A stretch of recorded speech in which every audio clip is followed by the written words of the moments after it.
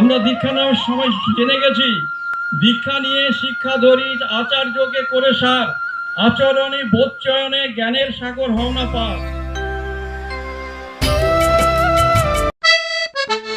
So hey everyone, কেমন আছো তোমরা? আবার একটা নতুন ভিডিও নিয়ে আমি চলে এসেছি। আজকে কোথায় যেতে চলেছি তোমরা কি জানো? থাম্বনেল দেখে হয়তো কিছুটা বুঝতে পেরেছো তো কোথায় যেতে চলেছি।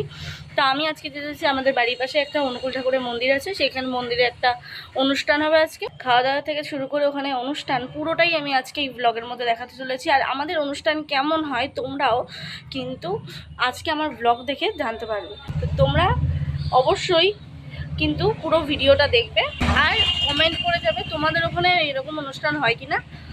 তো চলো আজকে ভিডিওটি শুরু করছি।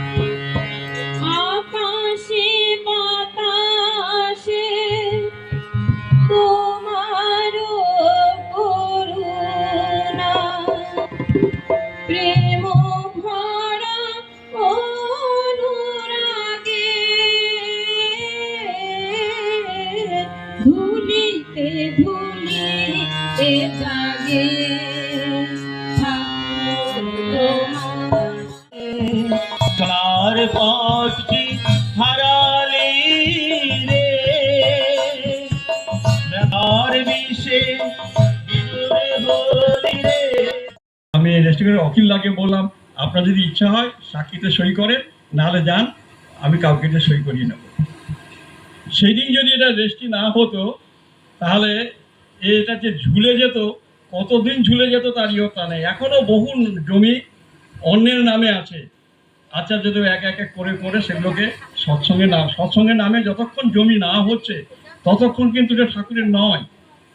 আমরা অনেক জায়গা আছে যেগুলো অন্যের নামে আছে, ঠাকুরের কাজ হচ্ছে, মন্দিরে কাজ চলছে, কিন্তু এখনো ঠাকুরের নামে হয়নি। তারপর রমেনদা যখন হাসপাতালে ভর্তি, যে কোনো দিন উপরে চলে যেতে পারে। আমি আচার্যদেবকে বললাম, মন্দিরটা তো বানানো হয়েছিল, আমি ওনাকে কথা দিয়েছিলাম যে মন্দিরটা করে আপনাকে দেখাবো। তা উনি যে অবস্থায় আছেন যে কোনো সময় চলে যেতে পারেন, সব কমপ্লিট আছে, আপনি যদি দয়া করে উদ্বোধন করে দেন। তখন করোনা চলছিল, কোনো মন্দির বা কোনো কিছু উদ্বোধন হচ্ছিল না, সব বন্ধ ছিল। তিনি সুবিধা কুচবিহারে ছিলেন, ফোন করলেন, তুমি এই দিন সময় করবে, একটা ভালো দিন আছে, তোমার জায়গা পুরনো জায়গা বাদল্লা আছে, ওইটা উদ্বোধন করতে হবে না হঠাৎ। বলে হ্যাঁ আমি যাবো। এই যে সন্ধিক্ষণগুলো, এই সন্ধিক্ষণ কিন্তু সাংঘাতিক প্রাপ্তিযোগ। সেই জন্য এই মন্দিরটা পুরুষোত্তমের মন্দির। আমাদের স্মরণ রাখতে হবে, আমরা পুরুষোত্তমের সেবক, আমরা পুরুষোত্তমের পূজারী। আর পুরুষোত্তমকে নিয়ে কেমন করে চলতে হবে সেটা নির্দিষ্ট করে দিয়েছেন শ্রী শ্রী আচার্যদেব। আমরা দীক্ষা নেওয়ার সময় জেনে গেছি, দীক্ষা নিয়ে শিক্ষা ধরি আচার্যকে করে সার, আচরণে বোধচয়নে জ্ঞানের সাগর হও না পার।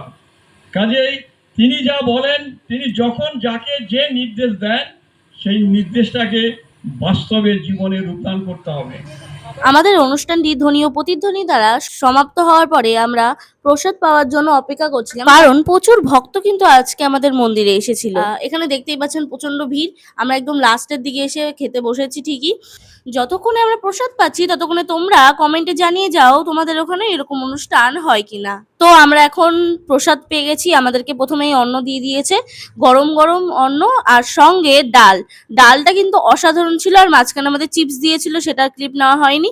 তো তারপরে আমাদের একটা সবজি দিয়েছিল, সেটা পটল আলু আর পনির পনির দিয়ে তৈরি হয়েছিল, অসাধারণ খেতে হয়েছিল। আর পরিশেষে আমাদের চাটনি পাঁপড় দিয়েছিল, আর সেটাও কিন্তু খুবই ভালো হয়েছিল খেতে। তারপরে আমরা বাড়ি চলে গিয়েছিলাম এবং আইসক্রিম নিয়ে গেছিলাম, যা গরম পড়েছে। তো আমরা যাই বাড়ি। তোমরা এরকম মিনি ব্লগ দেখার জন্য লাইক, কমেন্ট, শেয়ার, সাবস্ক্রাইব করো। ওকে, বাই।